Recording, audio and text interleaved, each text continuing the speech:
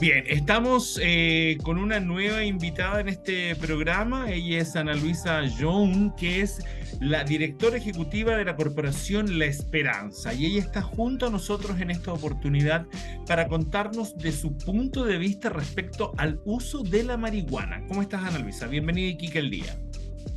Hola a todos los televidentes de Iquique. Quiero agradecerles la posibilidad de poder conversar con ustedes de este tema tan difícil y que yo creo que hay mucho que esclarecer, hay mucha confusión. Así que te agradezco la invitación a poder conversar. A ver, Ana Luisa, cuéntame un poco, la posición de ustedes es totalmente en contra de la marihuana. Hay varias cifras que van indicando que los niños, cada vez más niños, usan marihuana, que muchas veces es el paso para entrar en otras drogas. Explícanos un poco en qué va eso, cómo es esta cifra que yo te leía y decía ahí que ya los niños hasta como de 12 años comenzaban y esa cantidad se había duplicado, si no recuerdo. Sí, mira, el mayor impacto en el consumo de marihuana se produjo entre el 2011 y el 2014, más o menos, que es cuando fue la discusión sobre si se legalizaba o no el consumo de marihuana recreacional, Ya. mezclado la discusión con el consumo de marihuana con fines terapéuticos.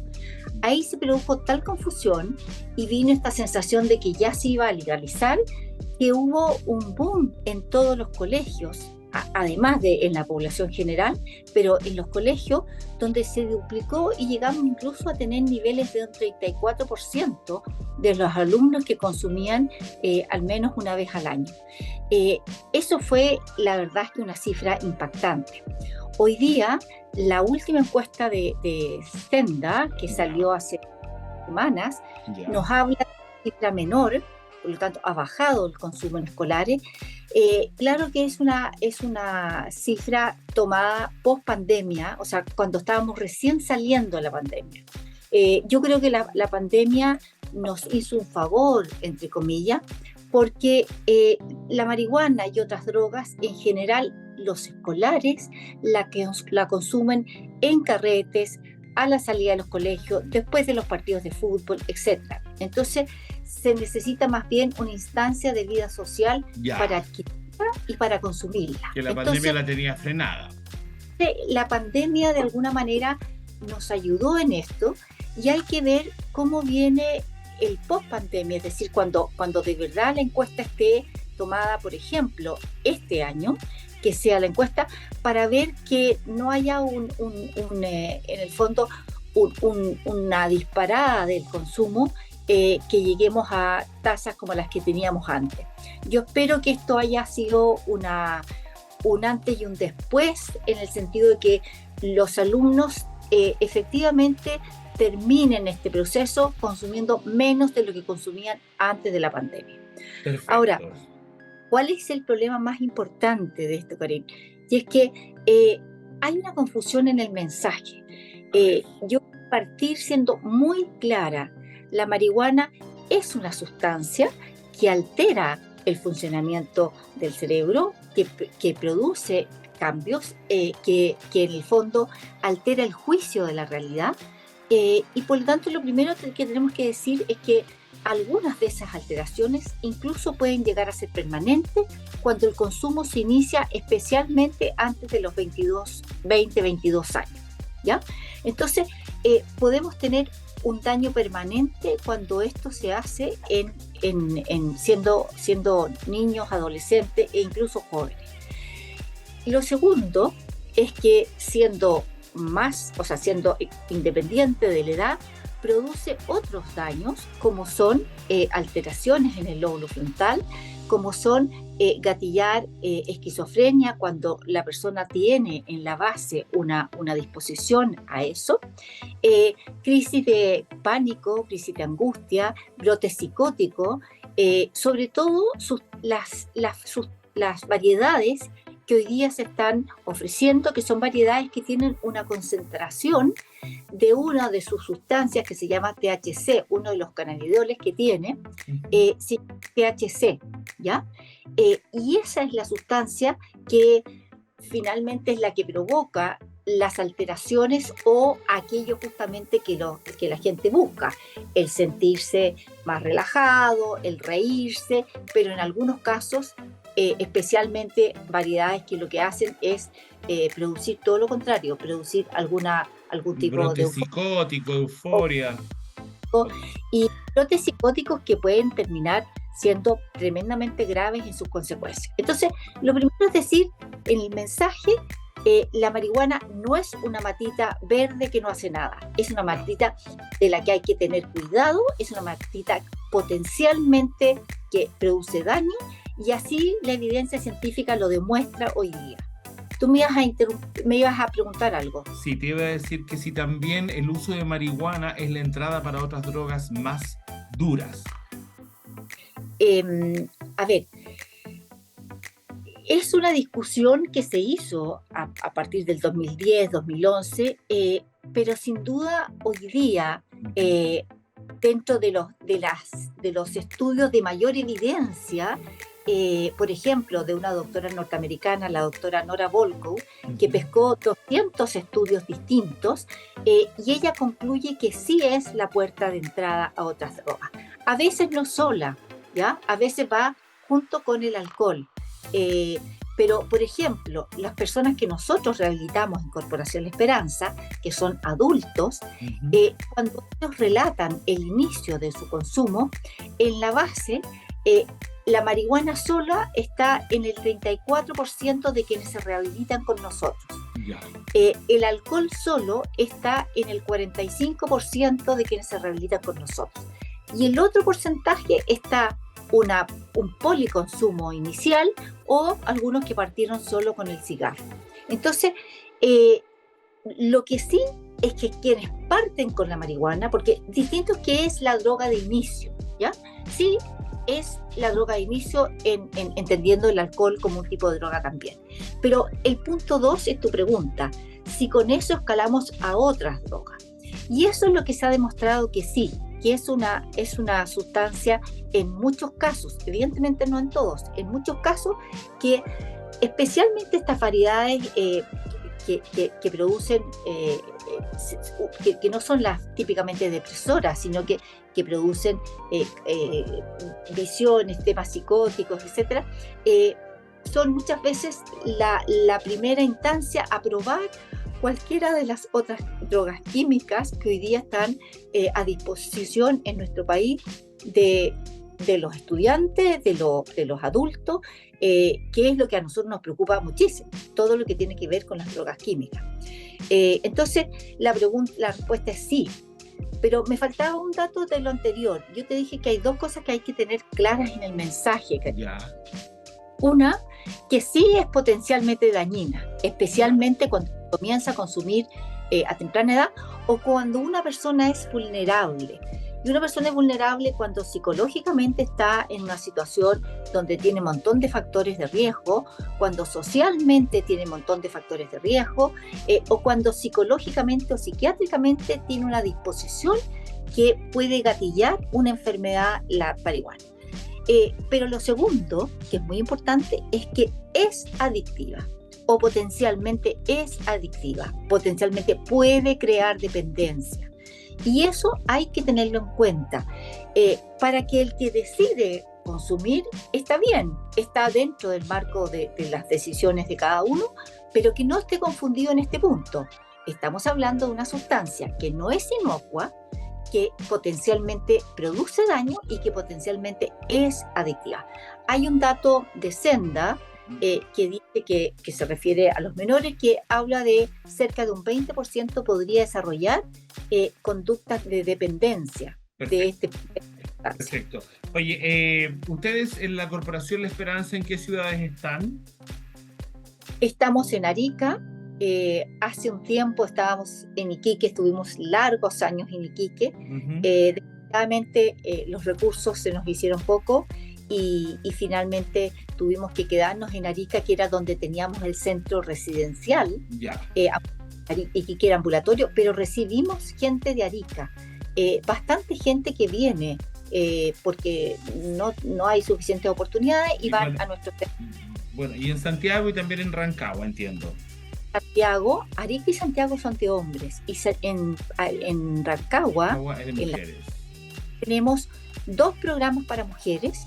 Uno Perfecto. es el programa que tiene madres y recién nacidos que están impactados y afectados por la droga, y el otro que tiene a mujeres adultas. Perfecto. ¿Qué porcentaje de éxito tiene una persona que se rehabilita? A ver, ¿O qué porcentaje tienen ustedes de éxito con las personas que entran a rehabilitarse? quiero contestarte la primera versión de la pregunta. Ya. ¿Por qué? Porque, ¿qué es lo que quiero decir? Ojalá nadie llegue a la droga, ¿ya? Eso estamos todos claros. Pero el punto es que cuando se inicia en este camino hay distintas etapas, ¿ya? Y lo que uno quisiera es que cuando cada persona o alguien que está al lado de esa persona se da cuenta que va creándose ya una dependencia, hay conductas que hacen pensar que se está instalando una dependencia, esa persona si pide ayuda ahí, la posibilidad de sanar es altísima, es cerca de un 60-70%, ¿ya?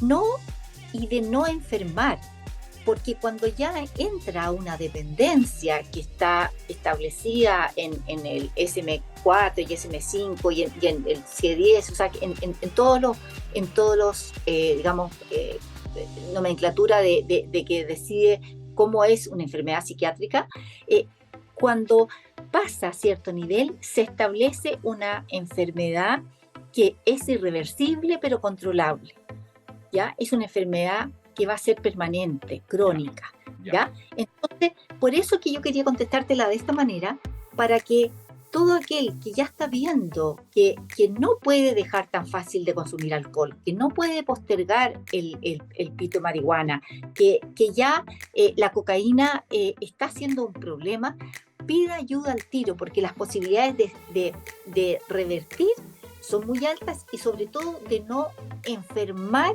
para lo que es una dependencia severa a la droga. Ok, ahora, ¿qué pasa? Sí, no, la dependencia severa, que son nuestros casos, nosotros todos son con dependencia severa a la droga. Severa es cuando la persona ya está en la calle, digamos, está en una situación complejísima. Cuando perdió la posibilidad de ejercer cualquiera de los roles que ejercía antes. ¿Ya? Su rol en el trabajo, en la familia, donde sea.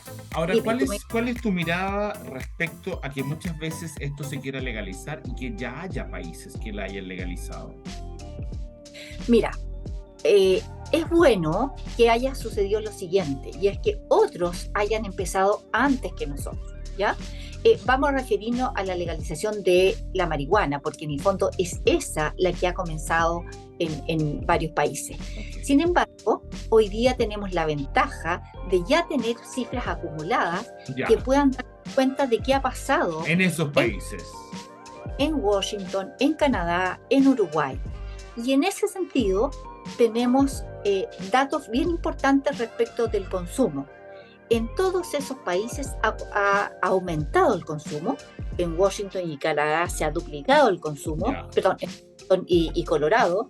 En Canadá se ha más que duplicado. En Uruguay también la cifra es 2 o 3 veces mayor a la que había antes de la legalización. Entonces, primero, aumenta el consumo. Segundo, baja la percepción de riesgo, porque se hace más natural el consumo. Claro, si me lo aprueba el gobierno, si me lo aprueba el Congreso. Me parece que hace daño esta matita verde. Sí. Lo tercero es que una de las razones por la que se piensa en legalizar es para disminuir todo lo que tiene que ver con el tráfico de cualquier tipo de droga. Bueno, en este caso, lo que se ha podido demostrar es que en estos lugares donde se ha legalizado, en definitiva, el mercado negro, es decir, toda aquella venta ilegal, se mantiene entre el 45 y el 70%. O sea, igual es alto. Gran cantidad, y hay países en que es más del 50%, que llega hasta el 70%, que finalmente se transa fuera de los mercados regulados o establecidos, etc.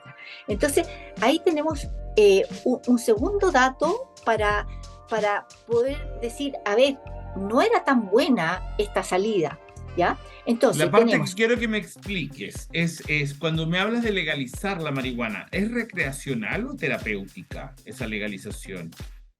a ver, todos estos lugares Ajá, partieron con una terapéutica, ¿ya?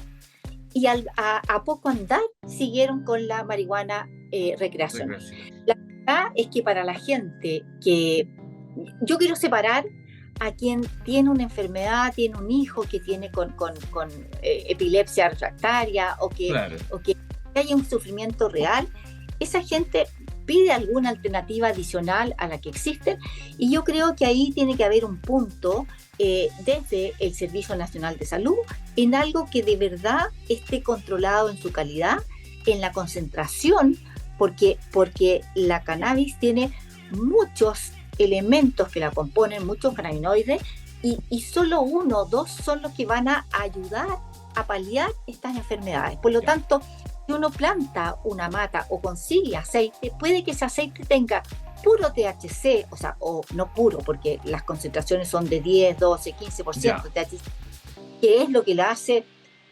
adictiva, nociva, que le puede causar estas otras cosas malas, pero puede que no tenga casi nada de aquello que debiera poder ayudarla en estas perfecto, enfermedades. Entonces, perfecto. separemos. En el caso de la marihuana terapéutica, me parece que hay toda una línea de trabajo que tiene que ser de la mano de los médicos y del Servicio Nacional de Salud para darle una respuesta a estas personas con una cosa muy acotada, extremadamente estricta en la receta médica y con todas las checks que tiene el Ministerio de Salud. Ok, Segundo es la marihuana que estamos hablando, que es la marihuana recreacional, ya, ¿ya? Y, ¿Y qué es lo que pasa? Hay una fuerza importante de gente interesada en que esto se legalice. Y saben que el primer, como uno mete la primera punta de lanza ujú, cuando logra la terapéutica, porque el perfecto, paso cercano es la otra. Y perfecto. esto, hay una industria enorme detrás de esto, enorme. Las tabacaleras están preparándose para este nuevo producto.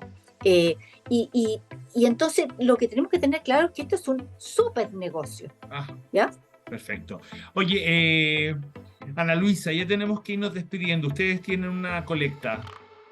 Sí, que tenemos una colecta para un tema muy importante. Ese programa que alcancé a decir que era para guaguas cuyas mamás han consumido o pasta base, o marihuana, o Ya, alcohol durante el embarazo, esas guaguas nacen primero con síndrome de abstinencia, con un sufrimiento fetal muy importante, ya, pero además daño. Y entonces nosotros hemos creado un programa para llevarnos esa guaguita con nosotros, pero también para convencer a su mamá para que vaya a rehabilitarse. Así los perfecto. dos durante un año y medio en un sistema intensivo residencial con nosotros y después de eso 2 años de seguimiento. Con Perfecto. esto conseguimos que ese niño no sea institucionalizado, que al nacer, en vez de irse con nosotros, de otra manera se había ido a un hogar Sename. De esta Perfecto. manera no es institucionalizado, puede crecer junto a su mamá y sobre todo los daños van a ser tratados a tiempo. Perfecto. ¿Cuándo es la colecta? La colecta es entre el 17 y el 27 de abril, pero pueden empezar al tiro. Está activado el donesperanza.cl para que no se les olvide, donesperanza.cl y pueden cambiar una vida, evitar concretamente que niños sean institucionalizados y además con daño. Ok. Donesperanza.cl, ahí se pueden meter y hacer su donación o hacerse socio. Ok. Ana Luisa, gracias por haber estado con nosotros, ¿ah? Que estés muy, muy bien. Gracias por tu Gracias tiempo. a ustedes, un cariño enorme. Gracias. Y ustedes sigan con nosotros que vamos a un corte y regresamos. Sigue mucho más Iquique al día. No se vaya, no cambie.